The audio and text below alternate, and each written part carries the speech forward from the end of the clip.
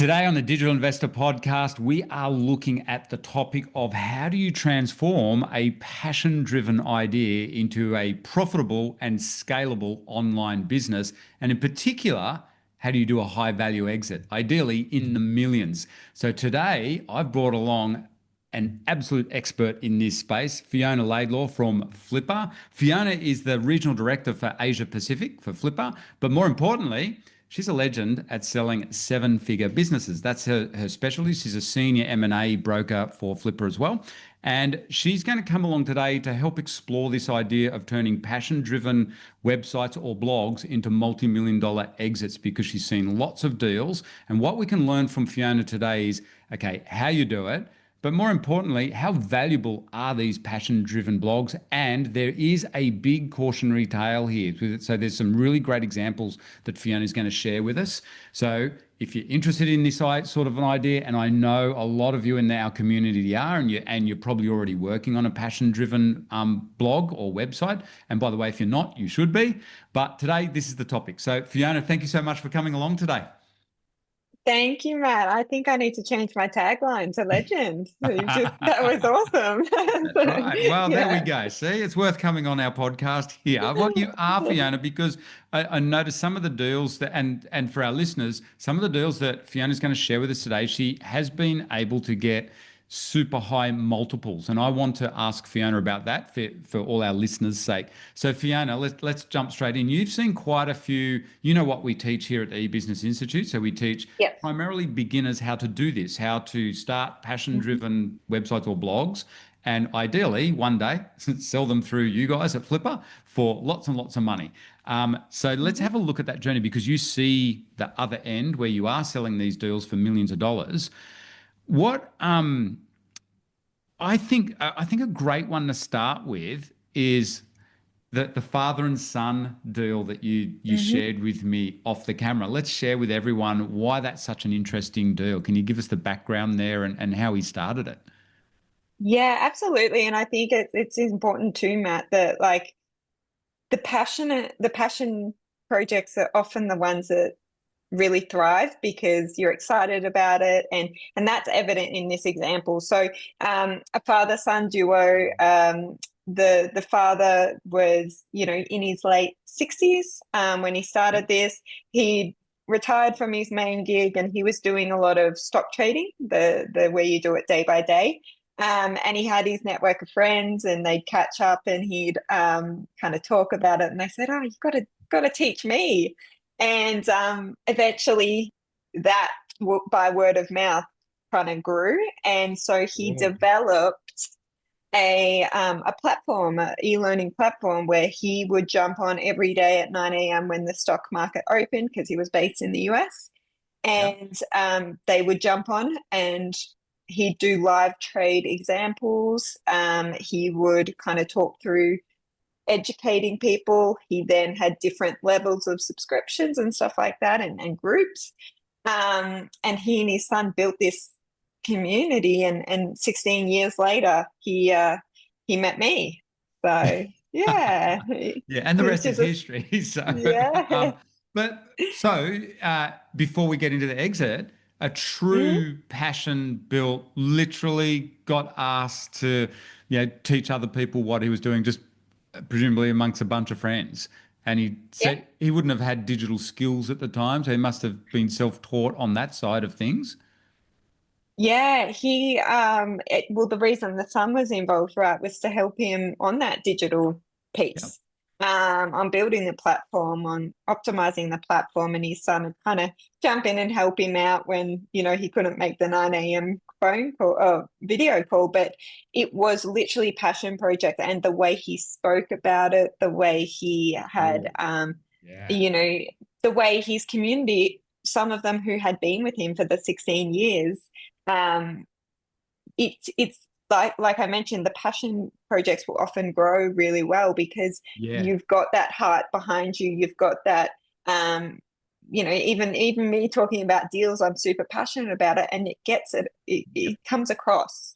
Um, Like we see it with our clients who, and for all you listeners, you guys know those of you who are starting passion sites or blogs, it comes with an energy as well. Like you've got energy and Hmm. enthusiasm, and I know as a coach for our clients, for our high achieving clients, that sometimes the self-discipline to work on something, to chip away at it, for a long time, it's a hell of a lot easier when it's a passion blog. For me as a coach, I've noticed over the years, all things being equal, if we love recommending to people, at least have one passion blog in their portfolio, because I know listeners, you're going to go and work on it. So put it, each Yeah. week you'll probably chip away at it. So he chipped away at this thing now 16 years, but pretty cool at pretty much retirement age from his main Hmm. hobby.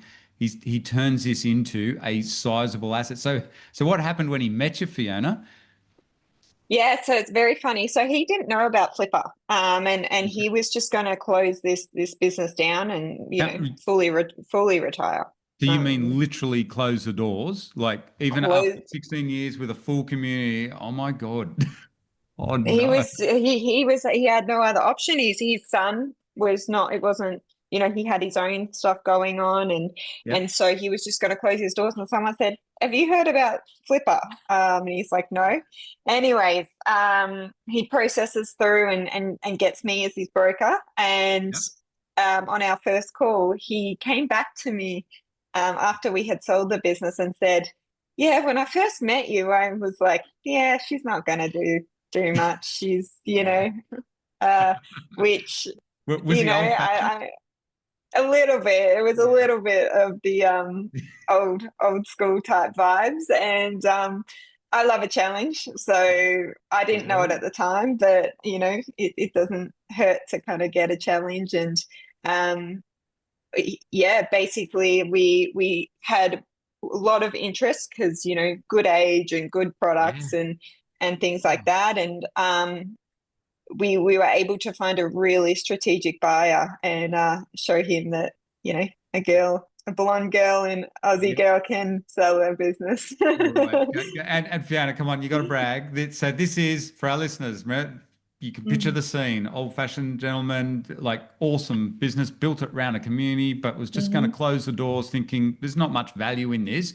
All our listeners know where this is. Anyone experienced knows where this is. It's like, oh my God, there's a lot of value in this. So what did you sell it for? And I'm sure that's why it would have blown him away. What did you sell it for?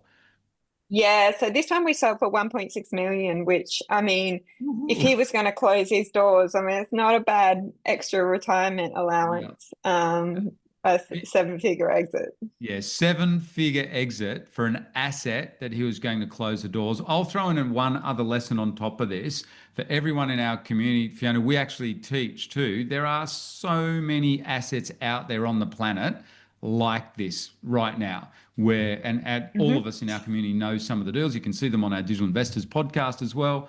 How many times do you hear this story where someone doesn't realize the true value of the asset they're sitting on? But hopefully if you're if you are maybe you're sitting on an asset like this yourself, you should probably be talking to Fiona. Obviously there's a lot of value there. So why was that? This is an outstanding result when you think about seven figures, and I know Hmm. he's probably quite wealthy. I'm presuming he's done well out of his share Yes, trading. So yes. but even him, 1.6 million is nice kind of retirement gift. What Hmm. made it so valuable? Yeah, so a couple of things. So we sold this to a strategic buyer. So when I say a strategic buyer, I mean someone who is this adds a lot of value and expedites their current business in like Yep. quite quickly. Perfect. So they were a financial publishing company. Okay. Um, and they had always wanted to build a platform to transfer not away from traditional digital publishing and blogs and stuff like that, but also to add to. So if they then had a community to then cross market with both of these, that would just expedite their growth very, very quickly. And so the the time and the investment it takes to build a community of this Yeah. magnitude Yep. of 16 years is 16 years and a lot of money worth of work. And So for passion them, and so it's real, like especially in this day and yes. age it's potentially even more valuable with AI too, like it's so Hmm. real. That is cool. Hmm. And they And recognise that value then.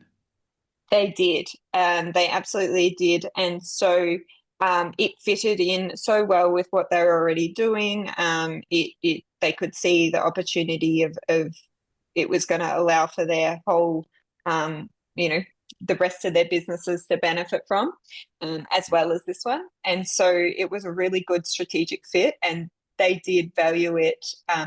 In fact, I think, and I'm going to surprise you here again, Matt. I think we had it listed for 1.4 million and we got 1.6 for it again. So That's the I'm second pretty time. sure that's the same case. It doesn't happen all the time, but I've brought you a couple of examples. Okay, so the couple of times, while we're laughing, the couple of times that Fiona's either been on our podcast or presented, go and listen to the other podcast. You'll see she sold another business for more than it was listed at on the Flippa Yeah, platform. So you've done it again. I think I don't do it That's why I all the called you a time. legend, Fiona. See, you got to live up to it. All right, that is cool. Was there on a passion site like this? Mm, Let's look at because let's look. Was there a lot of buyers for this passion site? So did other people recognize the value? Was it just this one? Because to this one company, obviously it's a no-brainer. mhm, They're in the game and they mhm. just bolted in and they get the instant community. I'm interested though, were there other buyers from outside of the industry and what was the spread of buyers like? Yeah, definitely other buyers. So the reason that it does sell quite well and at a really high multiple, I think the multiple was a 4.6 or something like that, which is a nice big Oh yeah. multiple. Yep. Um, that is because they saw the strategic value of it. There were plenty of other buyers. We were talking to everyone from high net worth individuals who could, they look at anything that they can relate to and understand, and is cash flow positive and a really smart financial decision, to companies like this one that saw a bit more of a strategic, to um, partnerships between individuals who are already in the space, and this would be an additional add-on for like their Okay. courses and Yeah. stuff like that. So you're looking at a lot of different individuals, and particularly for a business, so this sweet spot of like a 1 million to 2 million. But ultimately, yes, it comes down to price, but it also comes down, when you do a passion project, it comes down to who's going to carry on that legacy a little bit as well, and look after 16 years worth of community. So I guess that was the challenge. If there was a challenge, that was the challenge in this deal. I'm presuming. Like, what? How did the buyers react to that? Because he built it around him too, didn't he? Yeah, so that was the challenge. So every morning at 9 a.m. when the market opened, this It was. individual would get up and it was his face on the screen. Yeah. It was, Okay. So true he was passion. quite charismatic. He was, yes, very much the true passion. And so that's a risk for the buyers, versus, it, a similar business that was built quite differently. Yeah. Can you mention that? Mhm. Because that's what are the chances? You got a very similar passion. So Mm-hmm. for our listeners, this is Fiona and I are now talking about some of the challenges that you typically see with passion-driven websites or blogs Mm-hmm. when you're building them yourself. Just be careful and think about, are you building it around you as a brand? Like now, in that example, it was a very successful exit, and Mm-hmm. it's not as big a problem as people think. But let's have a look at one strategy that may work. It might give you an idea for our listeners. What did this next person do in virtually the same kind of business? What was his strategy? Yeah, so very similar business, very similar size. It was a younger business, so it was I think it was about 5-6 years old business, Yep. and again, it was in the stock trading space. Good niche. Um, yeah, good Yep. niche if you know it, and a younger individual who his business was more built on the brand. So people went to this business for the business name, the business brand, Yep. versus for him. And he had I think, 3 or 4 coaches working under him, or with him, I should say. Okay. Yeah. And so the customers were used to working with 2 or 3 other people. It wasn't, hey, every morning we get up and we talk to that owner. That's who we've been talking to for 10 years. That's my guy. It was, no, this business is the expert. The people that are in this business are experts. Awesome. So he recruited coaches to not only replace him to a degree, but more so for the Mhm. branding. So that, yeah, like you said, it was branded to the actual business. So was he, would you say, like, so paint a picture of this young guy that started this, was he strategic about that, or did it just pan out that way? Like, how old was he? How old was he, this young guy? Well, I call him young because he's about my age, so we're Yeah. just keep it young. Awesome. So he was probably late 20s, early 30s. And Yeah, was eh, was his background from the finance, or was this a side hustle thing? He just happened to be good at trading.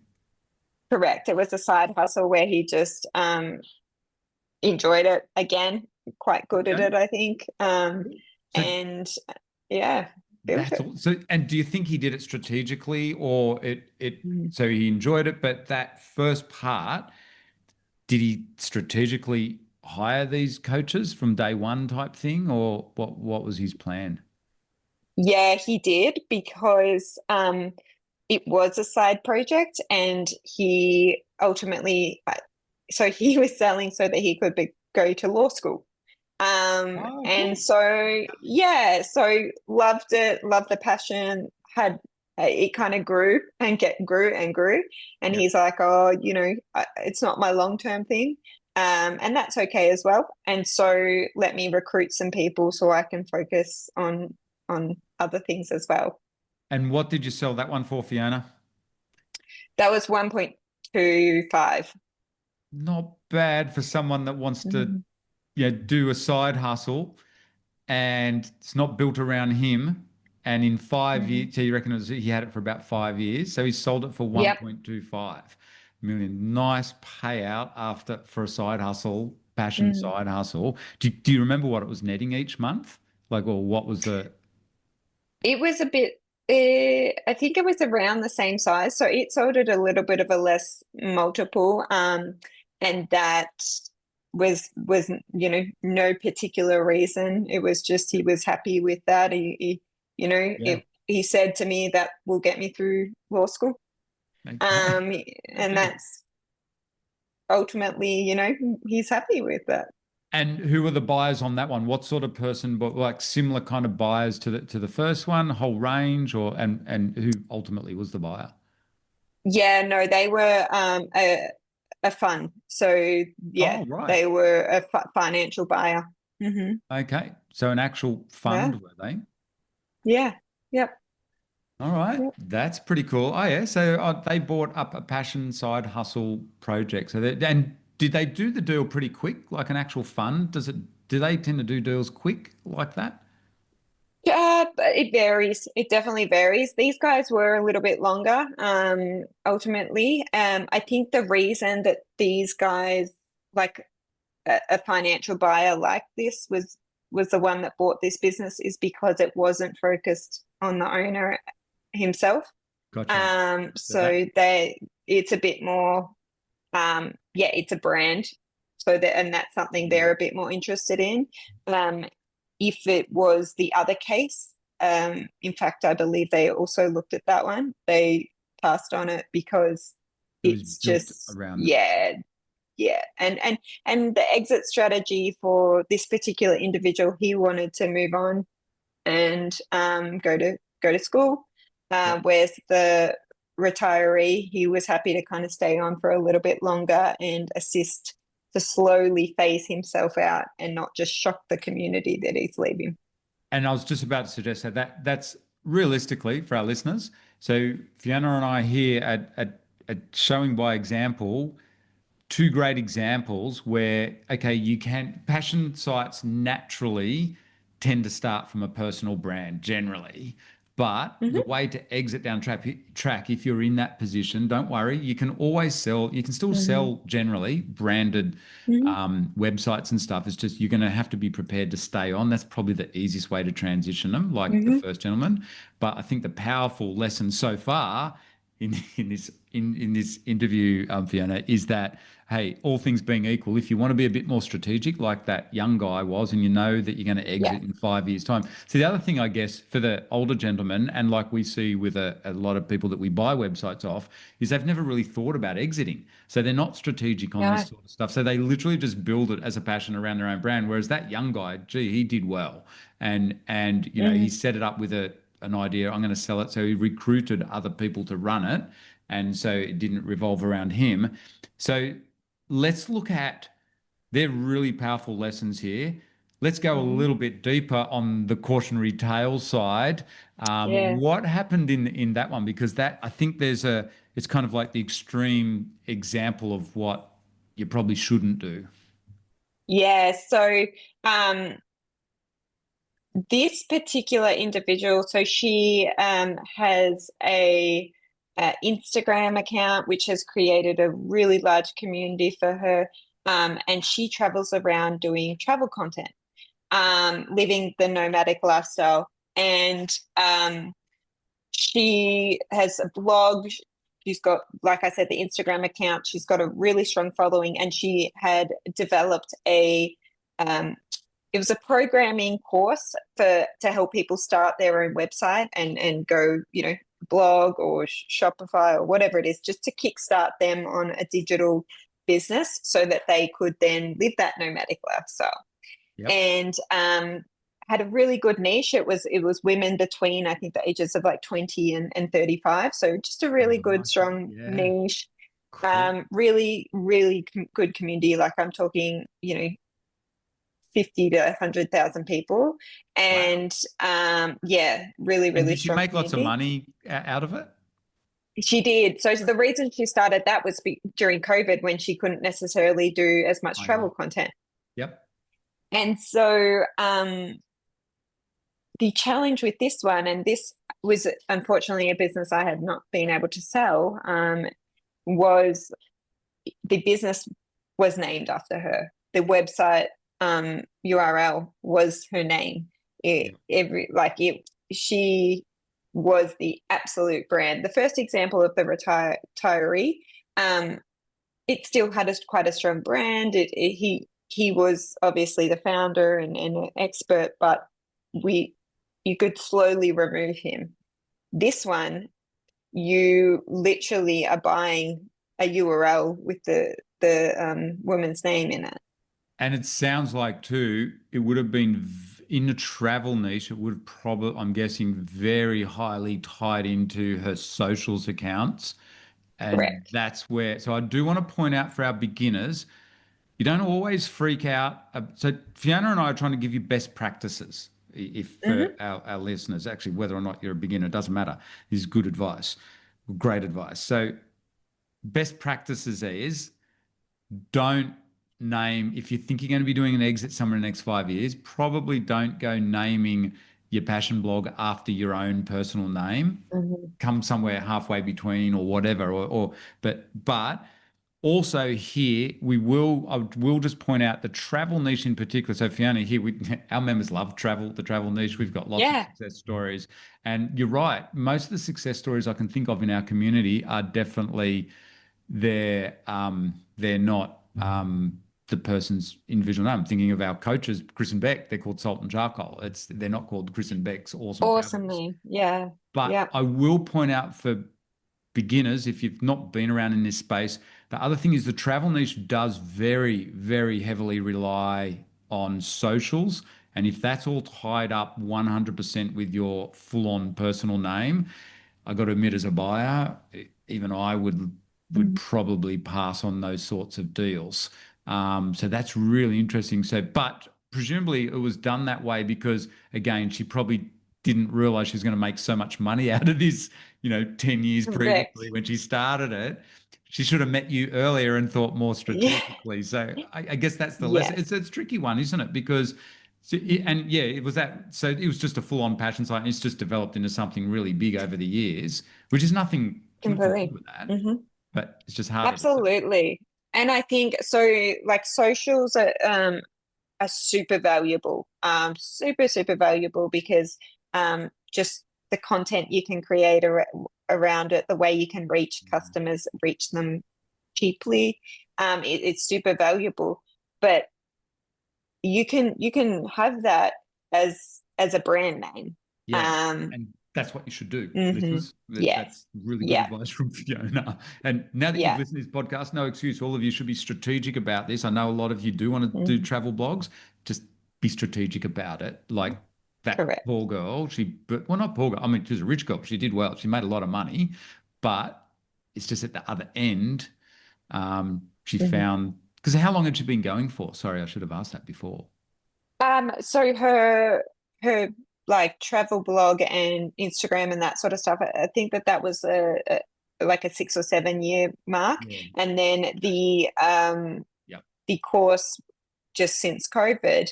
But I believe she since closed it down because she could not manage both of it.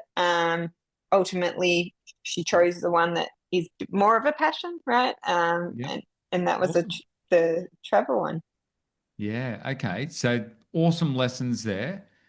And so summary is, guys, be strategic. If you're going to start a passion blog, now that you've listened to this podcast, I think you'll agree. Why the hell wouldn't you be even just slightly strategic around this? Probably don't go naming it Hmm. after yourself personally. If it's already Hmm. named after yourself, you probably need to get some advice or just be strategic around it. We have seen quite successful sales when things are named after a person, but it's just got to Yes. be strategic.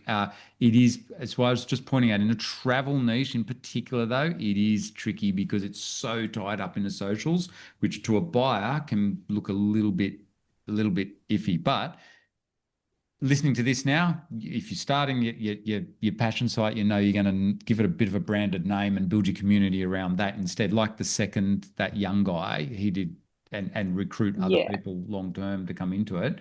So have you got an example? We'll finish on another successful example in like like a real full-on passion niche slash you know Yeah. really nice niche. What's a good example where we can give to these guys where it just naturally flows from a passion? Yeah. So just before we jump into that, Matt, back to the blog super quick. Yeah, The incredible stuff with AI is you can have, yeah, I've seen ghost characters or ghost writers or yep, ghost, if you're absolute set on, hey, this is a niche that needs a personality to it, you can, I would advise people to start exploring down the with absolutely. AI and Good. it doesn't matter if you've got a new person running the business, that if the, you know, for lack of a better term, avatar or character is the same, doesn't matter. So that's another way to de-risk it if you're like, I just really want the personality. Um, That, can I but jump in there, Fiona, mhm, too? sure. That's a really, really good point. So we're now speaking to people who, what Fiona's saying, we can use AI these days to create these other avatars. And in fact, Fiona, Gary Vaynerchuk, who's a very famous online marketer, if you Yes. don't know who he is, he's Hmm. huge Hmm. on this. And I've just been watching him recently, and he's saying, I think even as we record this, even within the last few weeks, he's put out some really interesting material around this very space. And he's saying basically on social media, on TikTok and Insta, he reckons even within 6 to 12 months, more than 50% will be total avatars. They will be Yeah. celebrity Instagram or influencers, and they're totally 100% AI driven. He said you won't be able to tell the difference. And he's saying, like, within No. 12 months, you won't even be able to tell the difference. So the good news is it's coming. I forgot. Yeah, we should have. That's a really good Yeah. point. That gives us another level now for all our community, doesn't it? To start thinking so they can buy undervalued assets on your platform, like on Flippa, and if they know how Hmm. to implement this stuff, they could have the eye on the picture. Maybe, Fiona, doing you out of a big sale here, but they could negotiate harder on these branded passion sites if you're a buyer. Mhm. And strategically, if you know what you're doing, just think, well, I'm going to convert that into something that's with AI influences and stuff and build it into, or a not well represented branded passion site and build it with Correct. avatars. You don't have to be that person behind there because I think Gary Vaynerchuk's right. Within the next 12 months, you're probably not going to be able to tell the difference anyway, which is a No. scary thought for us Mm. oldies. Yeah, I know. I'm like, Not for that's you young people. You guys are fine with that, but it's kind of a weird thing to think all these people on social. So this is a fast moving space. That's a Yeah. really cool point. I Yeah. hadn't thought of that. There you go. Yeah, I But do. you guys, I just thought, it's another nugget of just can always think of a solution, right? So it's just kind of, and that's one for something like that. But to your point, something, I guess I wanted to end on this particular business because it's super niche. And you might think when I talk about it, you might think that no one would be interested in that. yeah, Absolutely not, or very few people, or something like that. Or who would even be the customers? But I have a client who she was really interested in pole dancing for fitness. So there's gyms and dance classes and stuff like that in this niche, but she found that when you do it, it actually is quite physical and hurts you when you've got skin on the pole. And she also didn't want to wear lingerie or skimpy outfits. She also had some friends and community that were, for religious reasons, didn't wear that type of attire, or maybe they're a bit more just conservative and don't want to wear it. And then men and stuff like yeah, that. So yeah. she developed an athleisure brand specifically for pole dancing, and it has a really unique technique where it's got a stickiness to the Oh, yeah. leggings that actually help you because it's Yeah. really hard. Wow. It help you. So it's a performance based athleisure brand specifically for pole. Um, And it and covers the body like a it's if I would be going to the gym. So it's a someone, yeah. modesty Mhm. covering. Yep. So Yeah, yeah, very unique just for pole dancers. And she's a stay-at-home mum too, was she? correct. So So We've she, we've got all these multiple sub niches coming together. Stay-at-home mum, pole dancing, don't what needs to be covered. Okay, and it's got to be yeah, sticky on a pole. Wow. yeah, yeah. So, and she found that because she had all these subcategories, right? So a beginner likes the stickiness because it helps them a little bit. Oh, got you. Someone that Yep. that's got religious beliefs and would like to be more covered up, it does that for them. It's all these little sub niches, Yeah. and her community grew. And because there was nothing really out there that did this, um, Yep. she was a first mover in the industry. And this business is 9 years old, I believe, 8 or 9 years old, and purely just from doing it and realizing there was a gap in the market and really loving it. And you see her talk about it, and she's just so excited about it. And yeah, it's awesome. And how much does she make a month out of that? I think she's doing about 9 to 10 K Aussie a month Wow. And so in that income. was that so she's a stay-at-home mum, so that's her mum gig while she's raising the kids. Yeah, well, yeah, it's a full-time gig, as Yeah. like it takes it for her, and between that and the kids, she's a busy woman. But it did start off as a little side project and then grew to supporting her. Out of her passion. And how is she Mhm. oh, sorry. So what will you sell that for? What just for like if new people are new here thinking, oh, I wonder what that would be worth. Yeah, so that I think is around that one in particular between 2 to 300 Aussie. Yeah. Okay. And then It's you're getting around e-commerce.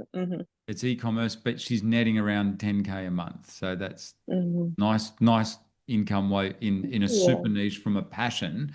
So Fiona, as we come to the end here, when you look back now at these sites, and like I said at the beginning of the interview, you've seen lots of deals, right? And especially with these passion sites as they grow. So you and I have helped people today maybe avoid some of the big mistakes that, or to, let's Mm-hmm. talk about. We've helped people today, given them an idea around how to get a big exit, like be a bit more Mm-hmm. strategic at the beginning. But just when you look back over all these deals you've seen, is there any quick kind of summaries you can give to our guys, like how they've grown it? Like, say, the traffic, or because with the passion site, say, like that last one, when they're super niche, how do you bring on the people? How do you find those other women who want that sort of a product? Like, are most of these passion sites done through organic outreach and just building a community, or is it paid traffic?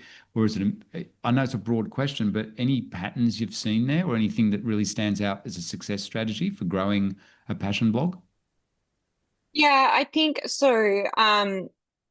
The answer is all of the above, but more specifically, I think it's really understanding who your client is, right? So if we spoke about each one of those, Cool. you've got like for the trading, majority, there's definitely women who do it, and I love that, but majority of it is men, you know, Mm. They were in probably like the him with around 60. disposable income. Yeah, the Yeah, ones with the disposable income. And gotcha. then you pivot towards the travel girl. Yeah, I mentioned like hers her. was her following, which was Gotcha. people like her, in her the 20s to 30s. And then Yeah, the last the example, the she is the was customer avatar. mhm. And if you Cool. then can create content that's super relatable to Yep. selling it, or if it's a blog, you know, I can guarantee it's a whole lot easier to write a blog about something that you're excited about than having to be like, Yep. oh, what am I going to say? Or talk if you're in the e-learning examples. So easy to talk. I could talk Yeah. about doing deals all day, but get No. me talking about Yep. algebra. Don't know what's going on. Yep. You know, Yeah. so Yeah. I think that there's an authenticity that transfers across, and that allows you to build your community. And then when you do that, you are going to get the referrals. You're going to get people reposting what you do. You're going to, you create this buzz. Um, People wouldn't refer you and Liz if you didn't Yeah. have these Didn't love it. amazing events and Yeah. love it and turn up and be Yep. super excited. Yep. Um, People And can have tell when awesome you're clients, Fiona, like who are getting amazing results, totally, guys. Awesome. It is very exciting. totally. Yeah, you're right. This is perfect. And thank you so. You're not going to believe what I just spent the morning doing with Liz, writing a lesson on customer avatar and the importance of it. So we rewrite it. It's so important. We've rewritten it with AI, like to teach people how to use AI to figure it out. Because for our listeners, what Fiona's saying, I think, is the biggest tip here is, yeah, the reason these businesses are growing is because and Fiona, I guess that wraps up the podcast beautifully, doesn't it? Because It really, the does. whole going right back to the beginning, the reason passion sites are so easy to build over time is not only because you're passionate about it, but you're the customer avatar.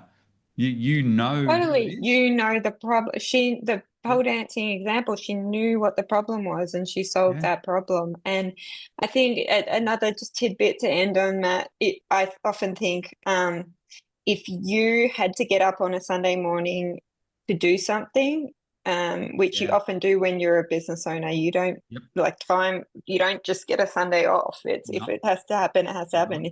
So if you cannot get up on that Sunday morning and be like, all right, I'll grab my coffee and I'll sit down and I'll write the blog.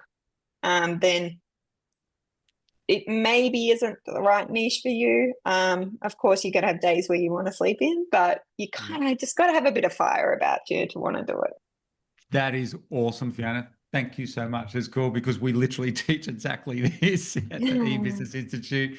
And of course, if you're new to us, make sure you go check out our free masterclass. You'll see exactly what we're talking about. We show lots of examples and you can of our clients who are buying these passion sites. And here on our podcast too, you can go and check out some of the success stories. You'll see they're built around passion and around a personal passion, and then they've built them into sometimes seven-figure assets. And I'd like to say, and I'm sure for our listeners, you would agree. Today's lessons have been awesome, Fiona. There's so much really valuable ideas there. And now our listeners, Fiona, can be more strategic about their passion sites as well. So it's absolutely fantastic. Again, we're going to have to get you back onto the podcast for some more topics, I'm thinking. But thank you so much for coming along today. And we'll put your details. Where can people reach out to you? Yeah, so I'm super active on LinkedIn. So Fiona Laidlaw on LinkedIn, or go to the Flippa page.